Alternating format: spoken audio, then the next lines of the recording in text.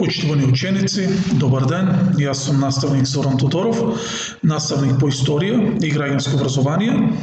И денеска ќе се обидам уште еднаш да ви помогнам да совладате нова наставна содржина. Денеска ќе работиме со учениците од 6 оделение и ќе работиме прилично интересна лекција. Ќе работиме за најпознатата личност, слободно можеме така да кажеме, која што некогаш се појавила низ историјата. Дефинитивно, таа личност ќе биде една од особено најважните воени и политички личности кои што некогаш се појавиле во историјата на човештвото. А колку е важна личноста на Александар, ни покажува тоа што оваа личност, односно Александар III Македонски, речиси и да нема земја во светот која што него разработува неговото лик и дело. Па така, денеска ќе работиме за големиот Александар III Македонски, односно ќе работиме за македонската држава во времето на Александар III Македонски. Веќе добро знаете дека Александар III потекнува од семејството на македонскиот крал Филип II и тој фактички се раѓа како производ на бракот помеѓу Филип II и епирската принцеза Олимпијада. Значи, тој се раѓа во 356 година. Тоа е временски период кога македонската држава јакне. Тоа е временски период кога македонскиот крал Филип II склучува династички брак со епирската кралска куќа, односно поточно со епирската принцеза Олимпијада, и така Александар се раѓа од тој брак. Александар уште практично од мал бил спремен да биде наследник на неговиот татко Филип. Меѓутоа, за тоа ќе работиме во наредното видео. Сега треба само да ги споменеме тие воени и политички работи кои што се карактеристика за Александар. Така, начело на државата тој доаѓа веднаш после убиството на неговиот татко Филип II во 336 година пред нашата ера, на само 20 години, бидејќи претходно ви кажав дека тој е роден во 356 година, па така на неполни речиси 20 години тој стапнува на престолот на македонската држава. Значи, извонредно млад доаѓа на престолот, иако, претходно дури и ќе биде обвинуван дека стои позади убиството на неговиот татко Филип, меѓутоа, тие се обвинувања кои немаат историска подлога, односно не постојат историски извори кои што тоа го потврдуваат, туку напротив, сите извори укажуваат на тоа дека Филип II го спремал Александар да биде иден владетел, што отпаѓа тоа обвинување дека наводно Александар стои позади убиството на Филип. Како и да е, во 336 година, премногу млад, на 20 години, доаѓа на чело на државата. Веднаш штом дојде на власт, Александар ќе се соочи и со надворешни, меѓутоа и со внатрешни непријатели. Први кои што ќе се кренат против него ќе бидат хеленските градови, предводени од Атина и од Теба. Ќе има една побуна во која ќе се крене градот Теба. Тој е временски период кога Александар се наоѓал на север и тој ќе биде првиот кој практично ќе помине реката Дунав од другата страна. Меѓутоа, кај него ќе стигнат гласини дека хеленските, односно грчките градови се креваат против неговата власт, затоа тој ќе се врати и ќе ги порази тебанците и нормално ќе ги осуди, а пресудата ќе биде разорнување на градот Теба до темел, што значи дека Александар после ова и дефинитивно ќе затврсти неговата власт. И после ова, нели, сите на него ќе гледаат како на сериозен владетел, без разлика на годините, нели, кои што ги имал, без разлика што бил премногу млад, сепак на него ќе гледаат како, нели, пак ќе повторам, сериозен владетел. Главна цел на Александар и на неговиот татко, Филип II, ќе биде превземање на поход против Персија. Зошто? Бидејќи Персија практично веќе ќе биде джин на стаклени нозе. Било евидентно дека персиската држава полека почнува да пропаѓа. Било очигледно дека персиската држава има проблеми. Затоа Филип, дури уште додека бил жив 338-337, практично започнува обсада на градови во Мала Азија, заедно со неговиот верен војсководец Парменион. И тоа ни покажува дека всушност идејата за поход кон Персија е идеја на Филип. Но, нели, Александар ќе се потруди таа идеја да биде реализирана и после смртта на Филип. Така, 2 години, не само што ќе ја зацрстува власта, туку и нели ќе ја спрема својата војска, така, после 2 годишни подготовки, во 334 година, Александар ќе одлучи да го превземе походот кон Персија. Походот го започнува со 40.000 војници, за разлика од персиците кои биле 4-5 пати побројни. Меѓутоа, за разлика од нив, македонската војска била многу поорганизирана и многу поизвежбана. Па така, сега ќе видиме, нели, што е тоа што се случувало и како се ќе изгледа походот на Александар кон Персија. За таа цел, нели, ќе ја уклучиме или ќе уклучиме опцијата само момент, pointer focus, се со цел, нели, да ги зголемиме, односно да ги зумираме работите, за да може вие подобро да ги видите. Вака, одиме, значи, понатаму. Веќе кажавме дека тој походот го превзема во 334 година. Ќе одиме со картата. Еве како изгледала персиската држава. Персиската држава била огромна држава, била држава на 3 континенти, значи гледате каде се наоѓа персиската држава, а тука потекнува Македонија и една толку помала држава, нели, треба да војува против толку поголема држава. Тогаш на чело на персиската држава се наоѓал кралот Дарий III, кралот кој што го гледате, нели, на сликата.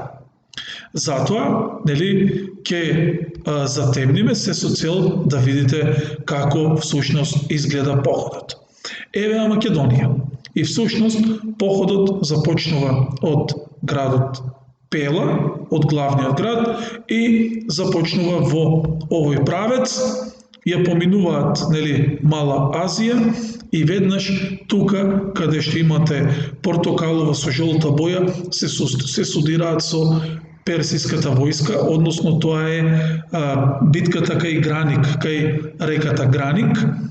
Тука ова ќе биде првиот и последен пат кога војските ќе бидат рамноправни и тоа Александар ќе го искористи и буквално ќе ја декласира персиската војска, меѓутоа во битката кај Граник, всушност нема да биде битка во која ќе учествуваат Дарий, меѓутоа ќе учествуваат, нели, неговите војсководци и Александар тоа ќе го искористи и ќе ги порази.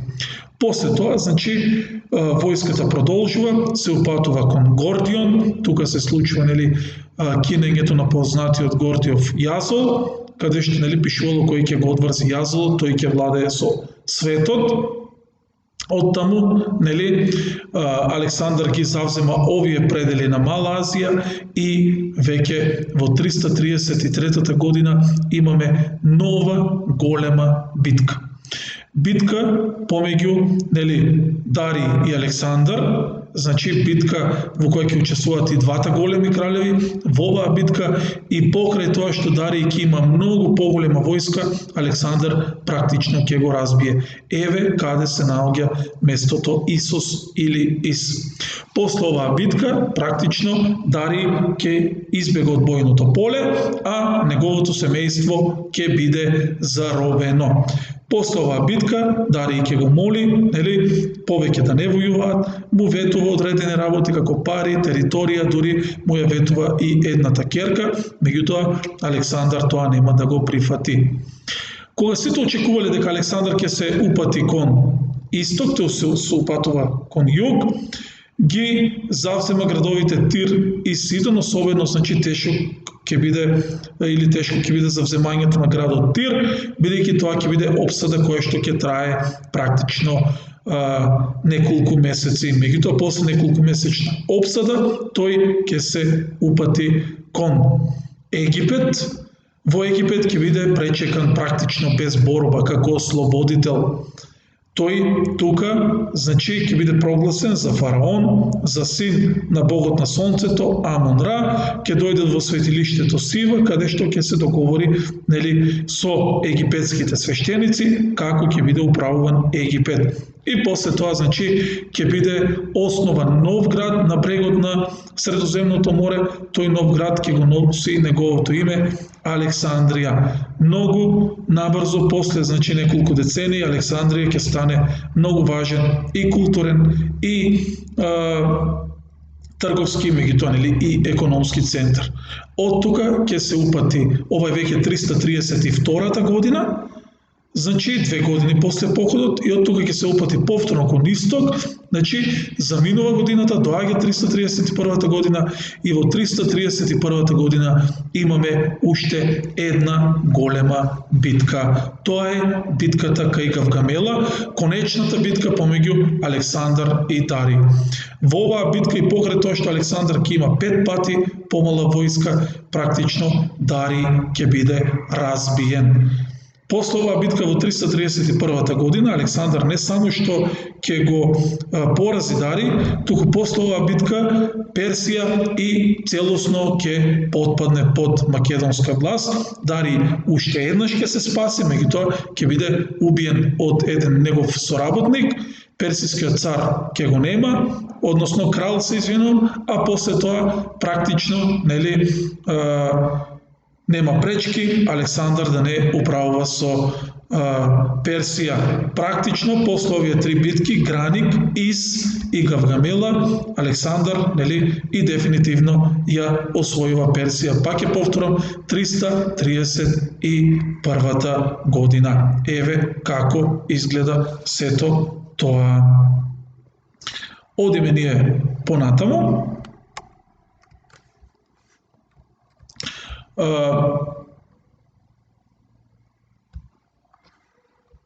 Сакам само уште една работа да видите, а тоа се големите битки каде што Александар практично ги разбива персиските војски. Ова ви е битката кај Граник, ова ви е битката кај Исос. Гледате колку поголема е персиската војска наспроти многу помалата македонска војска. Овде пак исто така. Овде ви е покажано како се движи македонската војска, како доаѓа во челото на персиската војска и како ја поразува. Александар бил брилјантен војсководец. Ова веќе го зборувавме. И уште еднаш ќе ја употребиме опцијата Pointer Focus.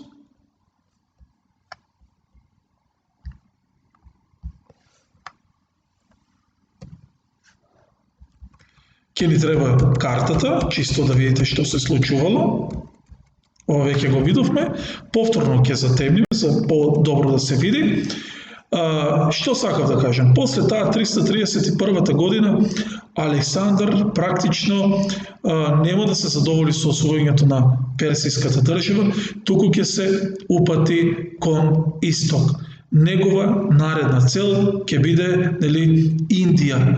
Ќе помине, ќе оди во овој правец, ќе се упати кон Индија и ќе ја помине реката Хидас и тука практично ќе се соочи со индијската војска, ова е веќе во 327 година, тука ќе се соочи со индијскиот крал Пор.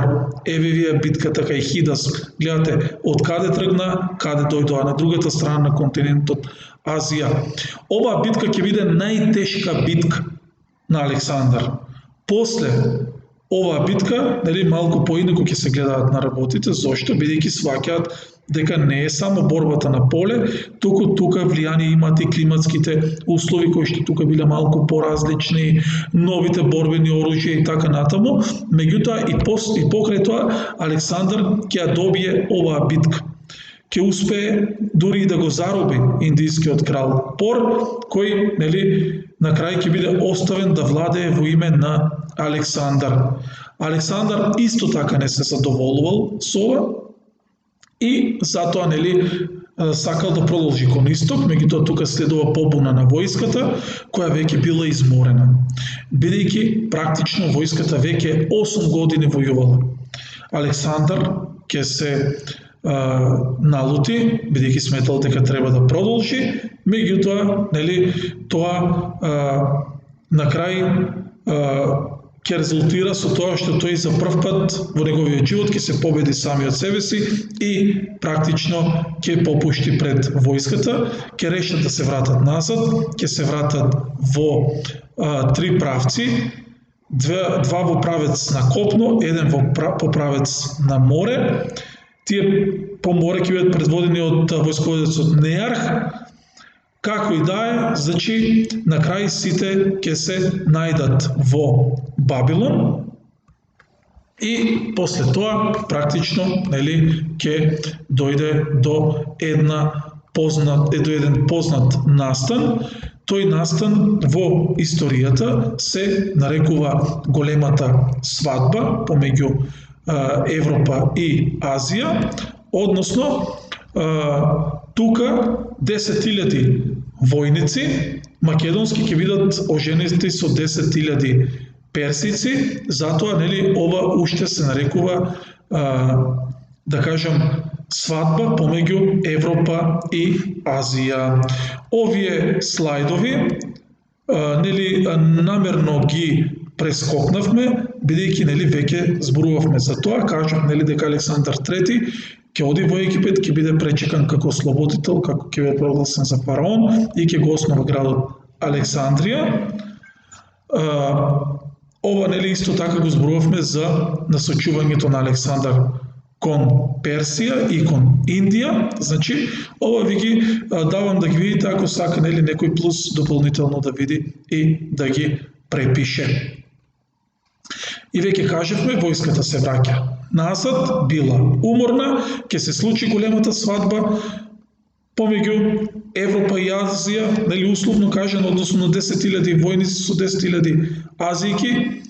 И во моментов кога Александар ги правил плановите за понатаму, во моментов кога тој не размислувал за отстапување, туку само за продолжување на походот, за жал, ќе почине на 33 годишна возраст во 323 година пред нашата ера, за жал без да остави законски наследник.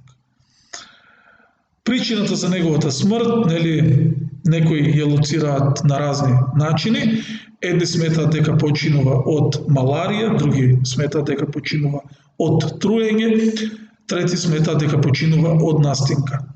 Едни сметаат дека за време на една забава е отроен со вино, други сметаат дека починал од настинка, бидејќи претходно се капел во многу студена река, но сите симптоми укажуваат на тоа дека починува од маларија.